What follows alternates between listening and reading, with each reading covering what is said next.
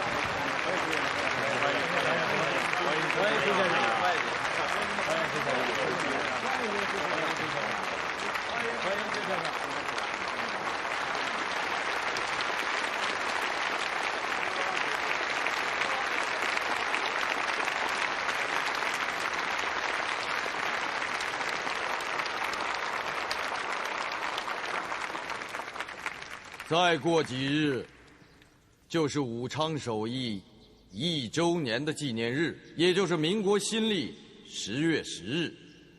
临时参议院已经做出决定，那一天为我民国的国庆日。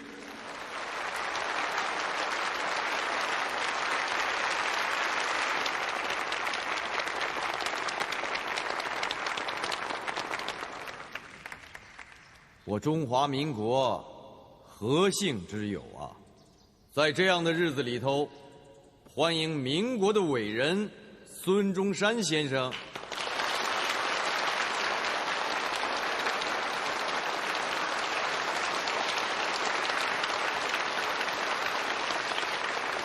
好，诸位，请坐。请。民国初建，时事尚不及，世凯识博能显，望先生辅以教务。请。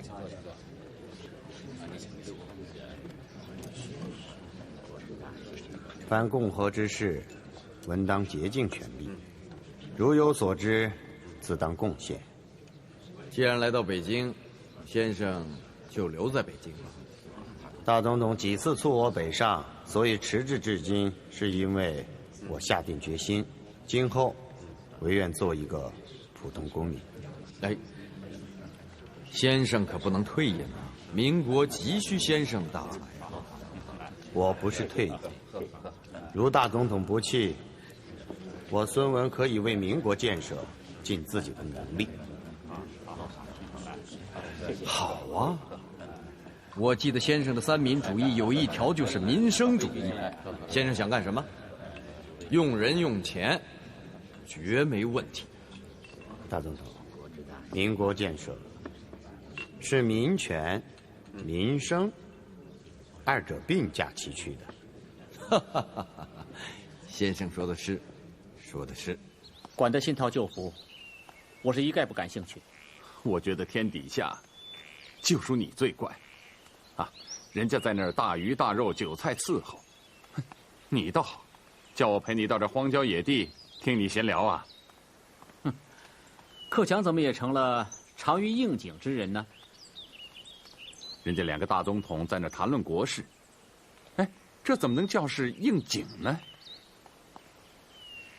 孙和元能谈到一块儿去？笑话！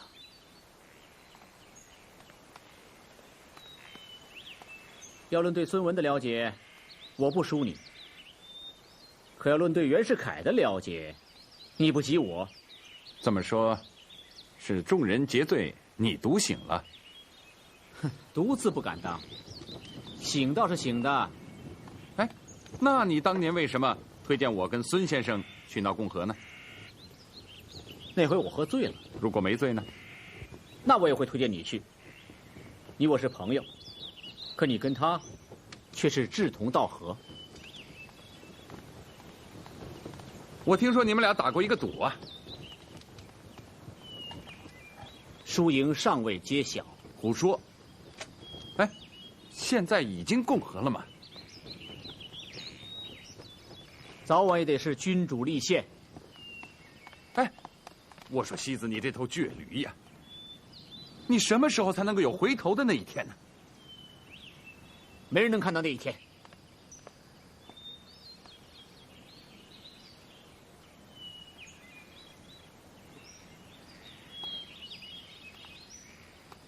此次我和顿初进京，主要是为了帮助孙先生组建国民党。我真诚的希望你能够加入。君子不党，这是我杨度的信条。再说，我压根儿就反对袁世凯搞这种假共和，你们还要帮他？所以我们才帮着他搞真共和嘛。哼，瞎子点灯，白费蜡。对他来说，只有搞君主立宪才顺理成章。那你说，怎么样才能真共和？他就真不了。你呀你呀，你的国民党我是绝对不加入，袁世凯的假共和我也不帮。我要搞的，就是君主立宪。你就能保证你搞的是真郡县？我现在是不成，那以后呢？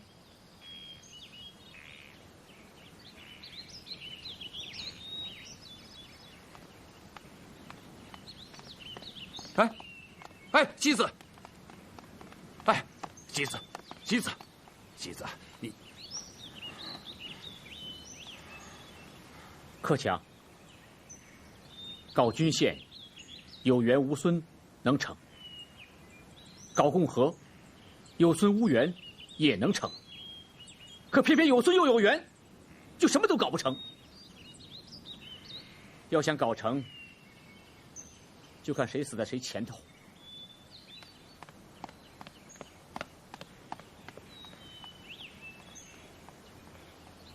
哈哈哈哈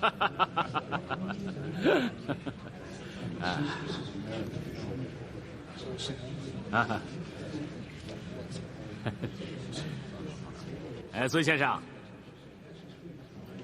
给我个面子。这是张勋将军。你好，张勋将军。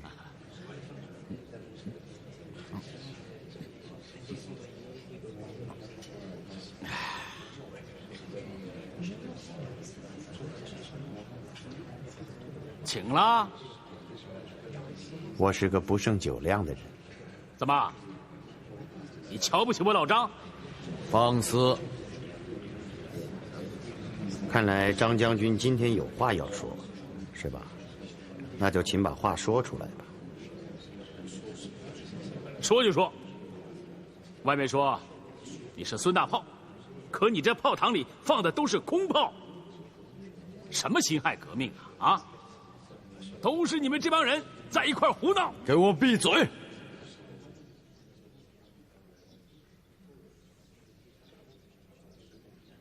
哈哈哈哈哈！您知道我的绰号啊？不过张将军要是多读一点书，就会知道我革命党人，并非全是文弱书生，可也从不逞匹夫之勇。那是大总统心太软，要不然早几个月，我就把你们全给料理了。不错不错，我知道，张将军当时已经打到南京城下了。不过我还是在南京当上了大总统啊！那个时候，你要是真能开炮的话，也就没有我孙大炮了。那是你南京的城墙太厚。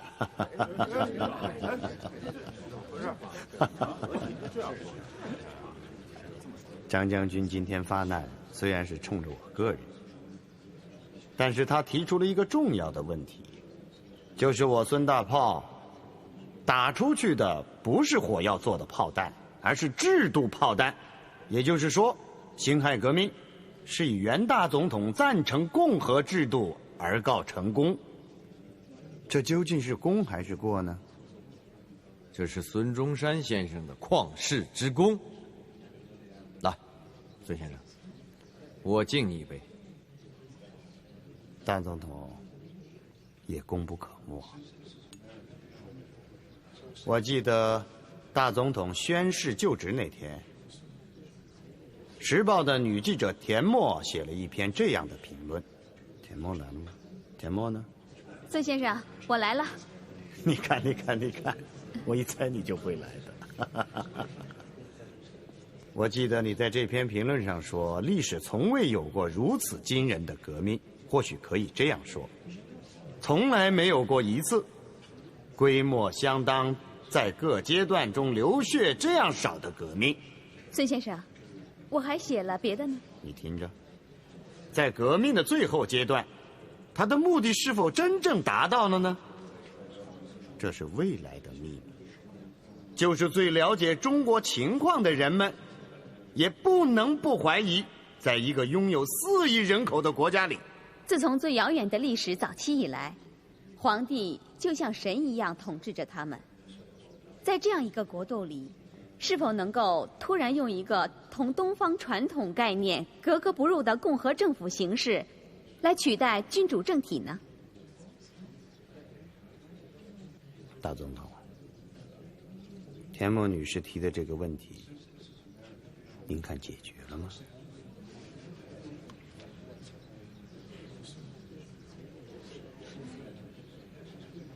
我看还没有解决。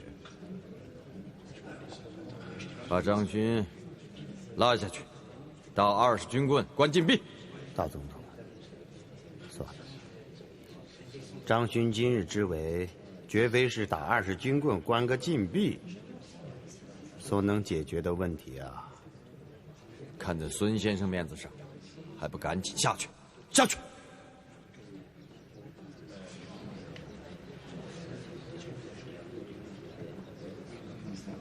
要在制度上解决问题，仅有一部临时约法是不够的。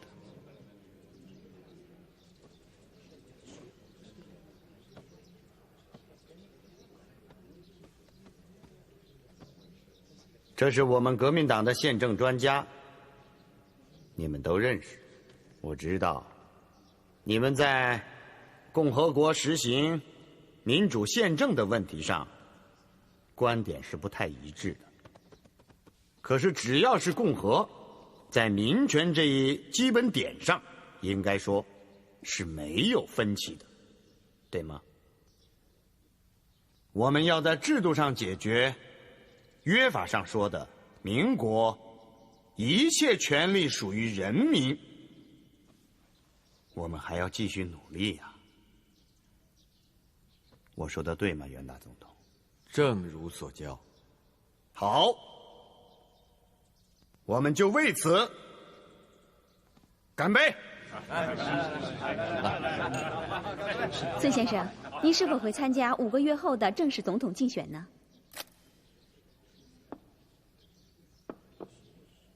你真会见缝插针。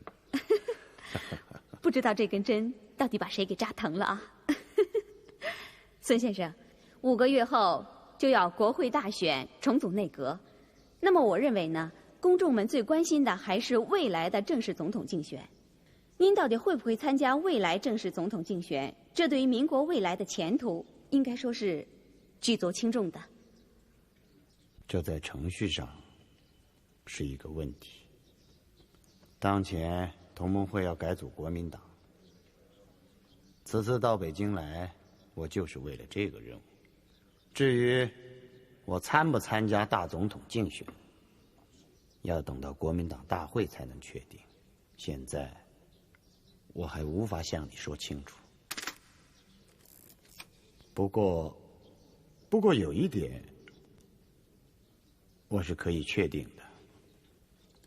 诸位都知道，我曾经说过，共和革命分3期而行：军政期、训政期、宪政期。现在辛亥革命成功了，军政期结束了，我们现在进行的是训政期。古代帝王也用过训政期做代名词，叶赫那拉氏慈禧也用过训政期的名词，但是我们共和国所言的训政，和他的帝制时代乃至专制时代的训政是截然不一样的。须知共和国的皇帝是国民呢，以5000年被压迫的奴隶，一旦站立起来让他们做皇帝，那是定然做不好的。比如说未来的内阁总理也罢，未来的大总统也罢，他们都是代表国民来行政的，他们就能一下子做好这个代表吗？我看不一定，所以也必须训政，就像古代的伊尹教训太甲一样。诸位先生，我的朋友们，大家千万不要小看这一件事情啊！中国封建了几千年，民国肇始，国民一下子要站立起来做主人，能行吗？执政者一下子就能自觉自愿地做国民的行政代表吗？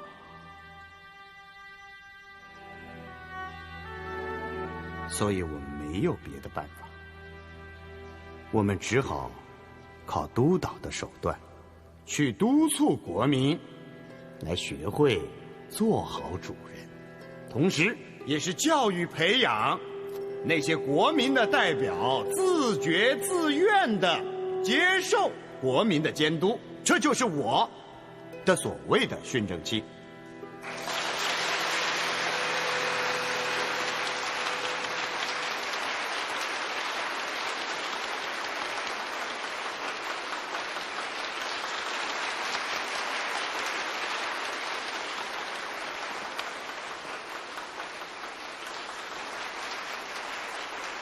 5个月后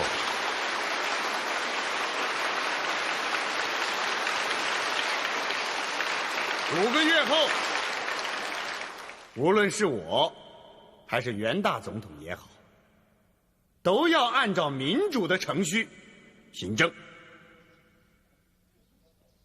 大总统，我说的对吧？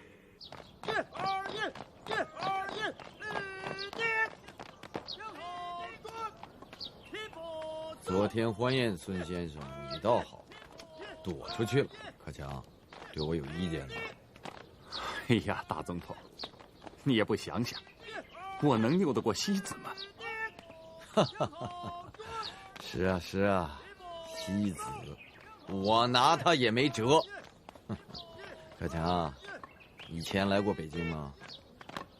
啊，年轻的时候来过。那时候少年不知愁滋味儿。不瞒大总统讲，我曾经一心一意想科举荣身。你我在这方面还很对意思嘛，都是弃笔从戎。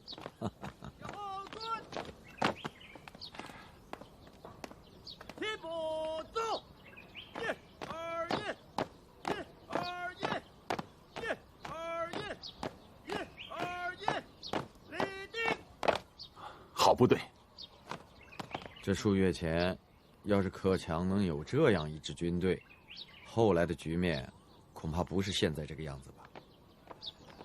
当时和平解决清史训位问题，不光是大总统一个人的心愿。要是你我真打起来，到底鹿死谁手呢？大总统已经赞成了共和，我想，这种假定不存在。假如我不赞成共和呢？历史是没有假如的。如果真的有这么一天嘛，我黄克强不会在乎你的北洋军的。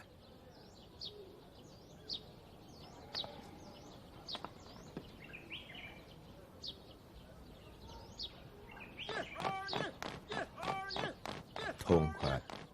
痛快。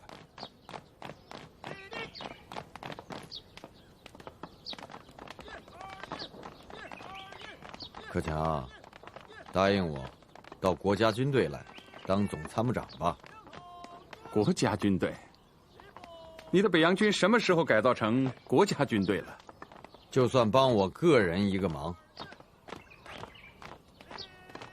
我和顿初到北京，主要是帮助孙先生组建国民党，而且我们还在想，在野不如在朝。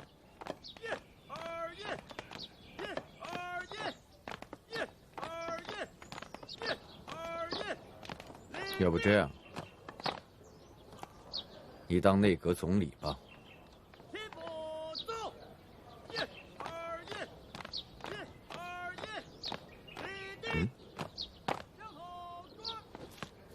克强承蒙大总统的厚爱，但是我真的不是这块料。不过呢，我倒是希望大总统帮我挡一个忙。说。克强恳请大总统加入国民党。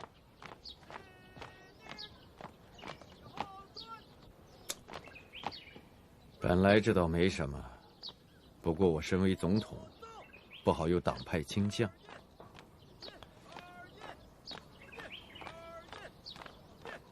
我看这样，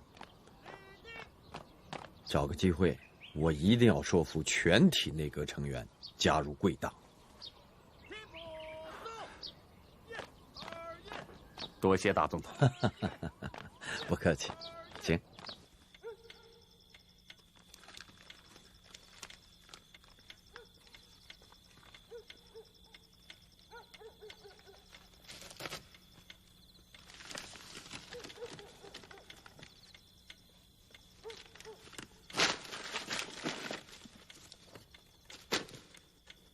你呀，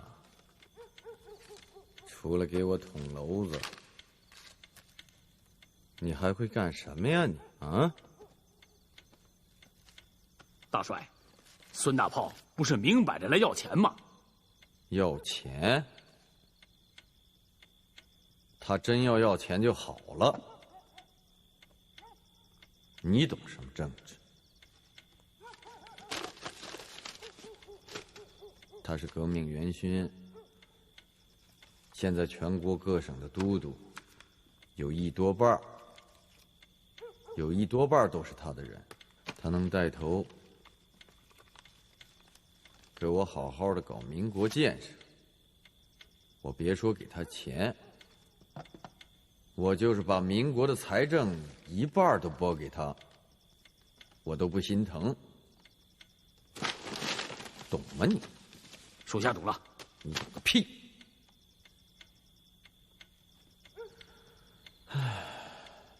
他不是来要钱的，他是来跟我争未来的正式大总统的。你倒好，差点把我苦心经营的场面给砸了。属下错了。你去吧。属下告退。等等。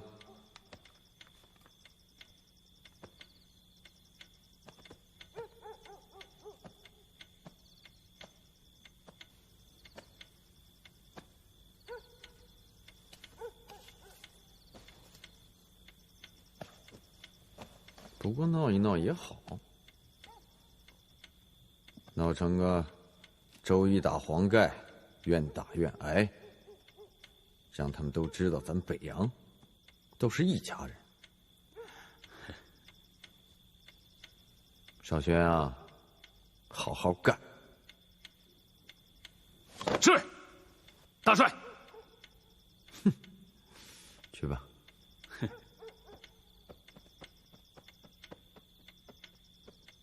大总统，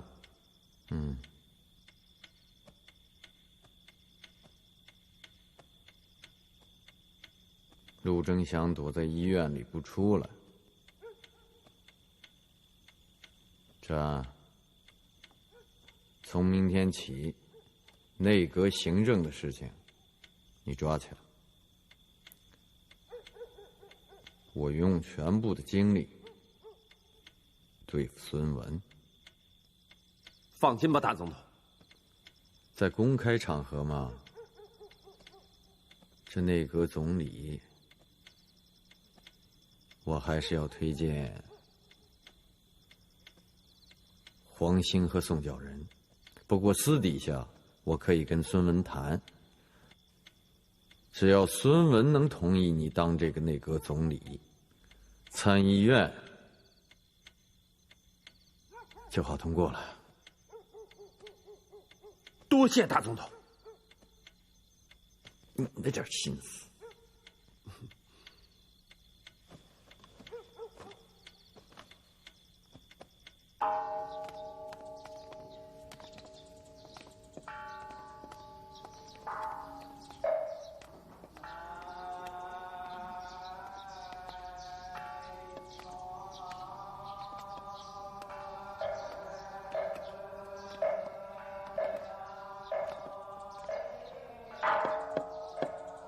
当年就在这儿，我来拜见李中堂。结果被他骂得狗血喷头啊！李鸿章，17年前我跟李鸿章打过交道，当时我跟他谈革命，把他吓坏了，没谈完我就匆匆忙忙走了。我对他老人家的教诲是言听计从啊。可先生你走了，走出去干革命，还不是两人都当了大总统？当时差点没要了我的命。大总统，日程已经安排好了。给孙先生看看。好，看看遗漏了什么。这回得陪先生好好走走。不用，我知道大总统公务很繁忙。这样，你呀，忙你的公务，我不用你作陪了。是，这机会难得呀，我巴不得每分钟都和先生待在一起，向先生讨教。袁大总统，中国有句老话叫君子之交淡如水。这次我孙文跟大总统结交相见，至诚为上，您千万不要那么客气。不是客气，除了向先生讨教，我也有满肚子的疑问，要问问先生。您请问吧。请。清廷逊位之前20年来，你搞了10次革命，对吧？请。这说明先生是一个不怕折腾的人。可革命成功了，你却把大总统的位置让给了我，这个嘛，我敬佩。可我也百思不得其解，这到底是为什么？原因呢？你都说了。我说了。说什么了？说清廷逊位不太准确，应该说推翻。推翻清廷，建立民国，我折腾了20多年，就是为这事儿，其他的都是小事儿。小事儿？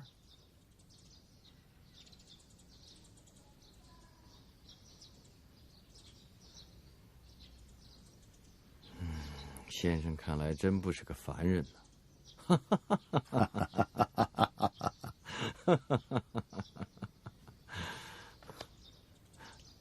我告诉你一个秘密，这个秘密只有我知道。能说给我听听吗？老佛爷在临终前让我消灭你。哇！那你怎么敢不听老佛爷的话？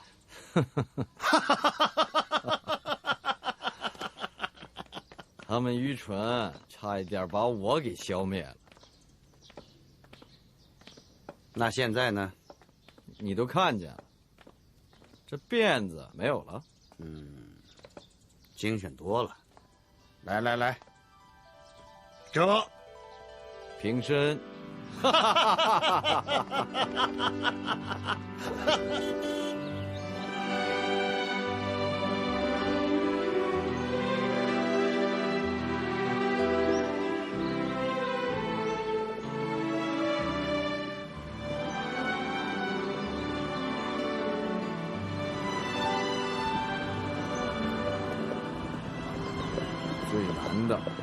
最难的是财政。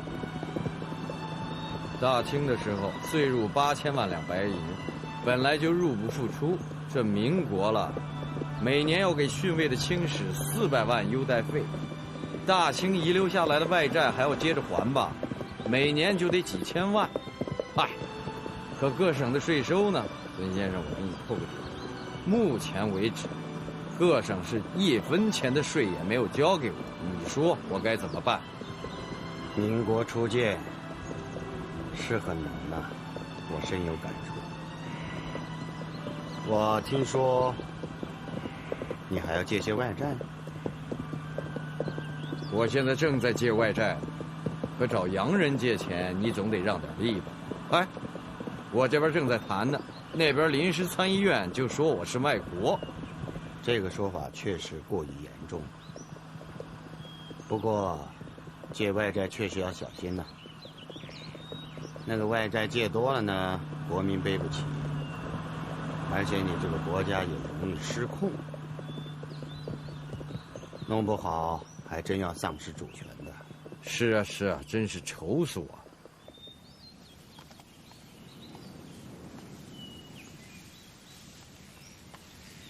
先生，请。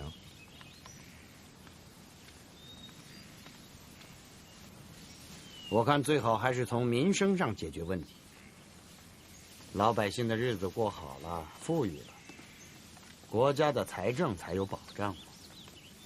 我看可以实行耕者有其田的政策，那农民的积极性就调动起来了。好啊。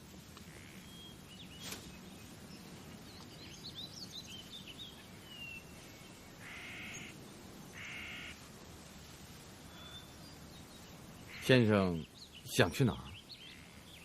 不是，你是知道我同盟会共和革命的誓言的，其中有一条啊，叫平均地权。大总统家是大地主？对。其实我说的耕者有其田和平均地权是一个意思，就是国家把地主的土地买过来，再分给农民。大总统家是地主，却不反对，是真的还是假的？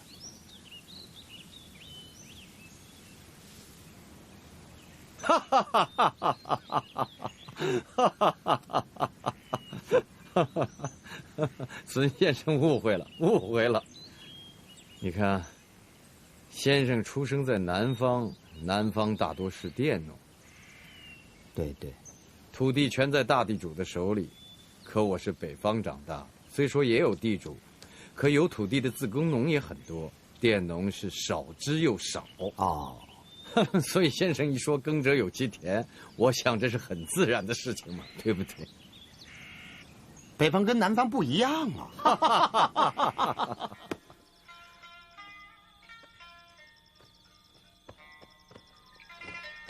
唉。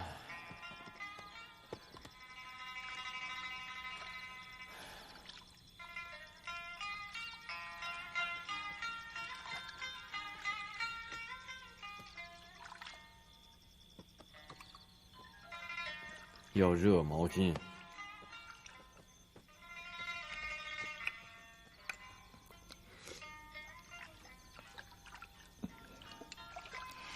老爷，喝口燕窝汤吧。老爷，赵秉钧大人求见。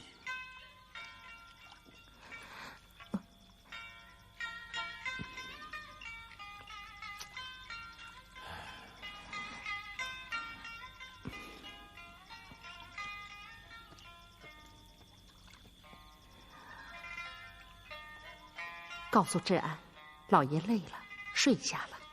是。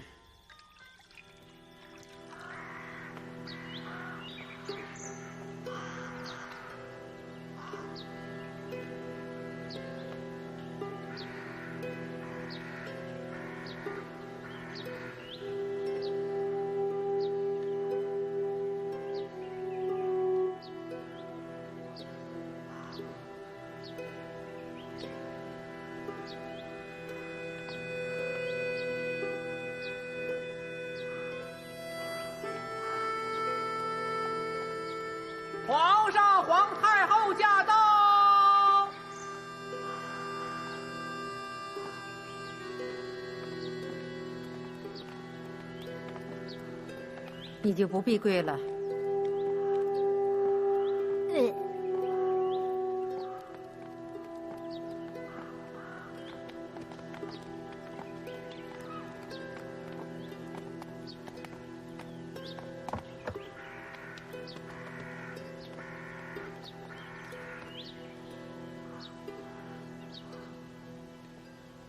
怎么称呼你呀？大总统啊，还是？您就叫我松文。您是已经退位的皇太后，我是下野的前总统。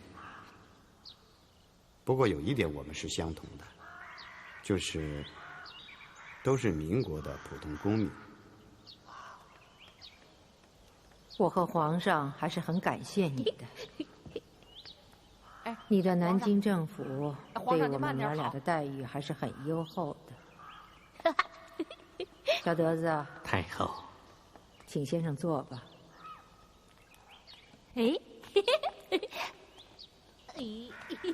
这都是袁世凯得以从中斡旋。我们你少跟我提，别跟我提他。您慢点，这个忘恩负义的东皇上西。，您慢点跑，别摔。老佛爷在世就说了，袁世凯手鼠两端，皇上您跑得真是真快。一针见血。共和国能够顺利建成，清王朝能够全身而退，这在世界历史上都是没有先例的。在这一点上，您跟袁大总统都是有功劳的。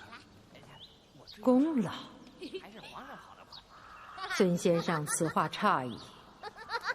大清江山，断送在我们娘俩的手上。你跪下，且不说罪人，跪低点。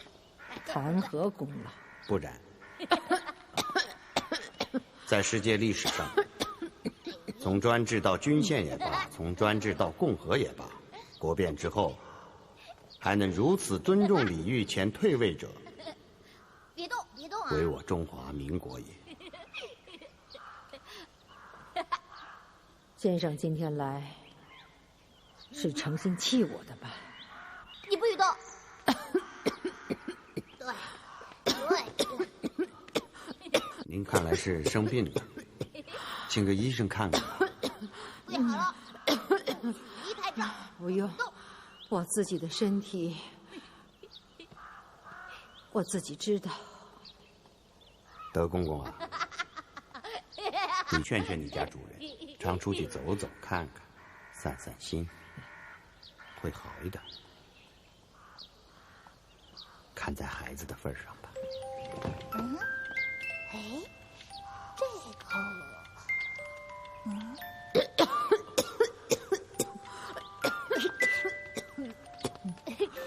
亲妈妈，我能把这个带去玩吗？